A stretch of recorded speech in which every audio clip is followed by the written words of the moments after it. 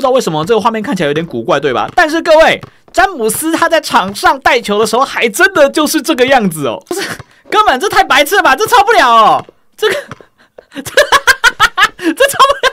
等一下，这超不了。好，给大家看一下这个空间的接球范围有多扯哦。没错，他可以从3分线直接冲进去灌篮呐！哇塞 ，OK， 兄弟，你想攻框是不是？这到底是什么鬼东西啊？再一球，再一球，来来来，我在中线等你。想灌篮啦！难开高了，双就站起来啦！ Hello， 各位朋友，大家好，是我你们的好朋友台湾耳男。你们有没有看 NBA 看到傻眼的时候呢？对我来说，以下有几个时刻是我看 NBA 看到傻眼的时刻。那么我印象最深刻的，当然就是在16-17那一年的总冠军赛 G7 那季传说中的 The Blocked by James 这一球经典的火锅。哇！我那个时候整个人吓到从椅子上飞起来啊！因为谁都没有想到，当时73胜9负的勇士，最后居然会栽在这个男人手里，那就是 LeBron James。那么今天这部影片要跟各位分享的主角，就是我们的课程之子詹姆斯。课程之子詹姆斯，哦，好饶舌哦！来念10遍。好，那么老样子哦，今天这部影片的所有内容都是测试伺服器的内容，绝非最终上线的效果，请大家注意。那么在正式开始介绍这个角色之前，先让我们呢来介绍一下今天这部影片的赞助商。你是否也常常玩全明星接球派对？玩久了之后，发现手机开始发热掉帧呢？以下提供你一个非常好的解决方案。大家都知道，平常我在玩全明星接球派对的时候，都是使用 iPad Pro 在玩的，但其实各位不知道的是，我还有一个秘密武器，也是拿来玩全明星接球派对用的，那就是木木模拟器。我每一次出测试伺服器的影片的时候呢，是没有办法使用 iPad 来录影的。那么我是使用什么设备来拍摄这些影片的呢？那就是我们的 Mac 版本的木木模拟器。那么没有 Mac 的朋友也不用担心 ，Windows 版本也一样有木木模拟器。木木模拟器现在支援双平台 ，Windows 和 Mac 都一样可以使用。除了轻度运行、不占资源之外，最重要的是它的界面非常的简洁干净，不像其他的模拟器打开来上面一整排东西。我会选择木木模拟器，还有一个最重要的点就是它完全免费，而且是无广告的。你是不是常常用模拟器用到一半，发现它跳出一堆跳窗，让你感到很困扰呢？选择木木模拟器准没错。那么各位现在所看到的画面呢，就是我的 MacBook Pro 使用 Mac 版本的木木模拟器来运行全明星接球派对的画面。大家也都可以看到，现在我们右上角的帧数显示呢，都是稳定的维持在120帧哦。而这个状况，就算我开了2个小时、3个小时，它也都是一样能够稳定的维持在120帧的。那么不只是单开的时候，你在多开的时候呢，它也是一样可以稳定运行的。我觉得这款模拟器可以说是目前运行起来最稳定的模拟器，也一点都不为过。不管你今天是想要玩全明星接球派对这一种篮球手游竞技游戏，又或者是你想要原神启动玩角色扮演的游戏，并且多开视窗，木木模拟器都会是你最好的选择。那么还有一点，大家可能不知道的是，木木模拟器因为是跟网易官方合作，它在最新的技术上面是有所突破，所以它也是目前最适合全明星接球派对的一个模拟器哦。它的定制键位功能让玩家不只可以自定义操作之外，它的反应速度都是有跟全明星接球派对这一个游戏来做过优化的。这样一来，你就不用怕踩不到干扰、盖不到锅啦。现在就立刻点击影片下方说明栏的链接。哎呀！现在就立刻点击影片下方说明栏的链接来下载木木模拟器吧。我们先从它的建模开始看起哦。首先从这个建模看上去啊，它相比我们的老詹看起来是年轻的多啊，头发呢也感觉黑了一些哦。不知道是不是我的错觉，感觉好像老詹的建模变得更老了。那么另外它的立绘呢，我觉得可以说是相当的帅啊。真的是挺还原的，反而是它的3D 建模呢，好像就少了一点它的这一个立绘的霸气的感觉哦。属性的部分，我们就直接跟现在的老詹来比较一下。那各位可以看到啊，在进攻部分的属性呢，全部几乎都是大幅领先我们的老詹的。但在防守属性部分呢，还得是姜是老的啦。不过相信各位应该都知道哦，光从数字来看，并没有办法如实的呈现一个角色的全部。所以后面我们在实测的时候呢，也会让各位来看一下，展示一下这个角色的防守强度。好，接下来我们来看看它的强化系统哦。那么一徽章呢，各位看到这么长的说明就知道，先不要管它到底是什么作用。说明越长，代表这个徽章就一定必要了啦。当然，我们细看呢，就是一个对自身跟对队友的 buff。那除此之外呢，比分落后的时候呢，它会有缩圈，然后也会有扣篮抗盖帽。那很有趣的是，得分并完成比分追平反超的时候呢，全队所有命中率会增加3%，每一局一次，所以可以直接给整队来一个超级大 buff 的意思哦。那么二徽章呢，是封盖扣篮和上篮的时候干扰率加10%。这个就没什么特别的。再来最后一个徽章，那目前这样观察下来呢，我个人是觉得一徽章算是比较必要的。那如果你想要让它3分再准一点的话，你可以开到这个花式，但2徽章跟3徽章，我倒觉得好像还好。那伙伴的部分呢，有3分、弹跳跟中投，但想都不用想，肯定是带3分的啦。那么潜能的部分呢，我们就先暂时不装配任何的潜能，因为等一下在后面各位就会知道这个角色它的特性呢跟潜能搭配是有关系的。好，那我们接下来直接看它的天赋哦。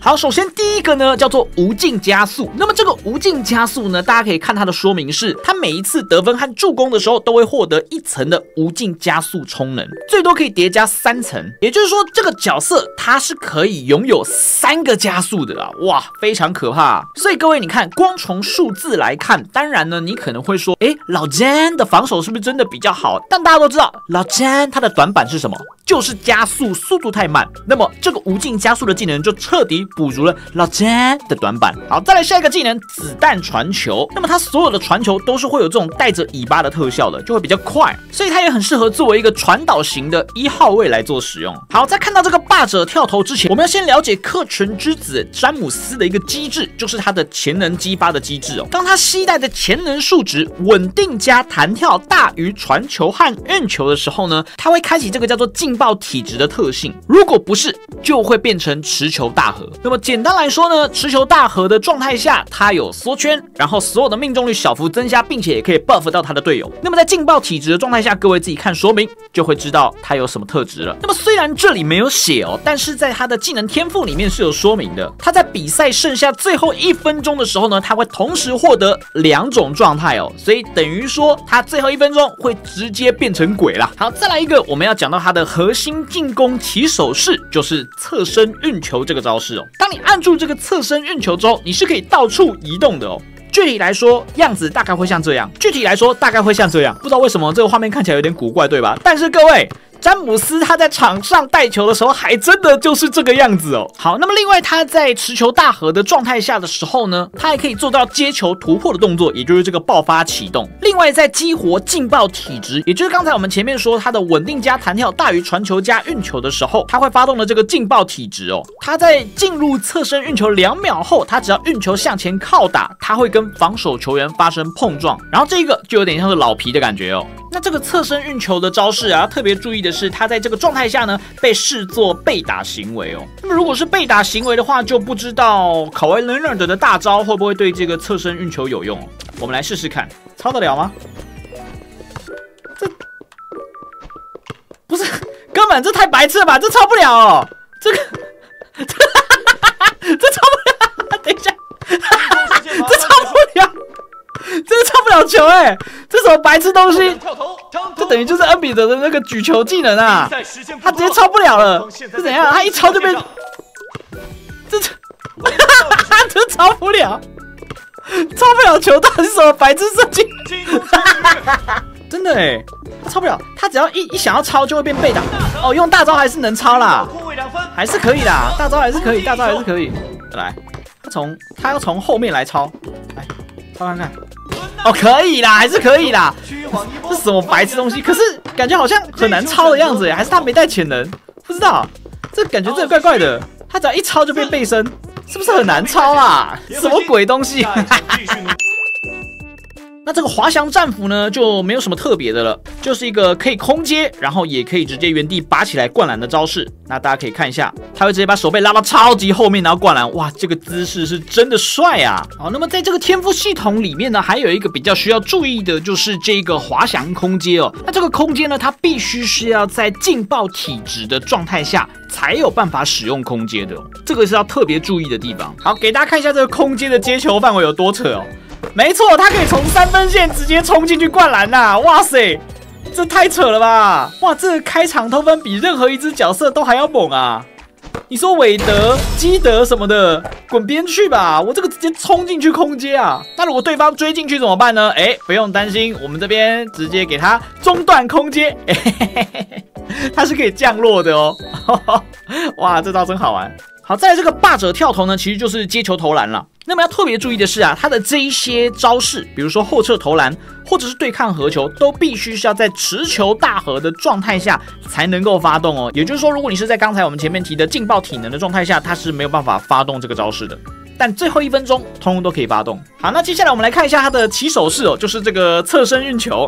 那这个侧身运球呢，虽然这样看上去好像很帅啦，但其实呢，不知道为什么到我手上好像就变得有点怪怪的，这样子左右走来走去，有点不协调。这个我觉得应该还会再做调整，但总觉得怪怪的。那这个侧身运球你是可以按住的，像这样子去移动。那当你放开来看你是要往左还往右，它就会往顺应的方向去做突破。那么另外这个突破呢，它也是可以像这样直接突破进去，然后去撞击对方，再做出手的。哇，现在真的是所有角色没有对抗真的不能拿出来耶。所以这个侧身运球简单来说，就是它把原本接球突破的那个跨步距离呢，变成是在我放开侧身运球之后的突破动作。等于说它同时可以打持球，也可以打无球。所以这样看上去呢，它就不会有那种进攻很卡手的状态了。那么整体来说，这个角色它的操作方式其实不算太复杂，而且我甚至有感受到营运好像有刻意把这一支的操作做得比较简单。目前我这样测试下来，我觉得这个角色是防不了一点啦，因为当我在侧身运球之后出去来尝试做一个对抗啊，如果没撞到怎么办？没关系，再侧身运球再来尝试一次对抗哦。它不像马龙一样会有次数限制，它可以在1回合当中呢无情使用无限次。它除了有对抗技能就算了，它的攻框技能位移距离也是超级大的，所以我即使在这么远的地方也可以直接滑翔进去灌篮哦。哇，这个真的是爽度100分啊！好，那另外大家也可以看到这个绝境逆转的招哦。那这个绝境逆转的招式呢，它的发动是有条件的。这个绝境逆转呢，它必须是要在比赛剩下最后1分钟，当平局或落后的时候呢，它才会发动这个绝境逆转。你可以把它想成是王者3分的概念哦，那就是你的防守大招如果整场都没有用到的话呢，你就可以跟 Kawhi Leonard 一样去丢一个3分，像这样。好，来各位，重点来了，最后一个就是我们传说中的 Blocked by James。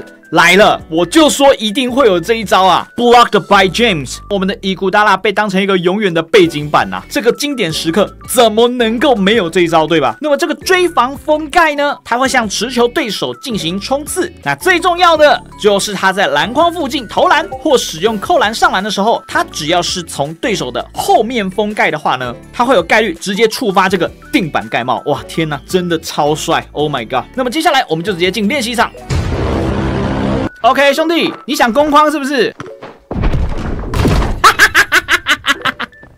这到底是什么鬼东西啊？再一球，再一球，来来来，我在中线等你。想灌篮啊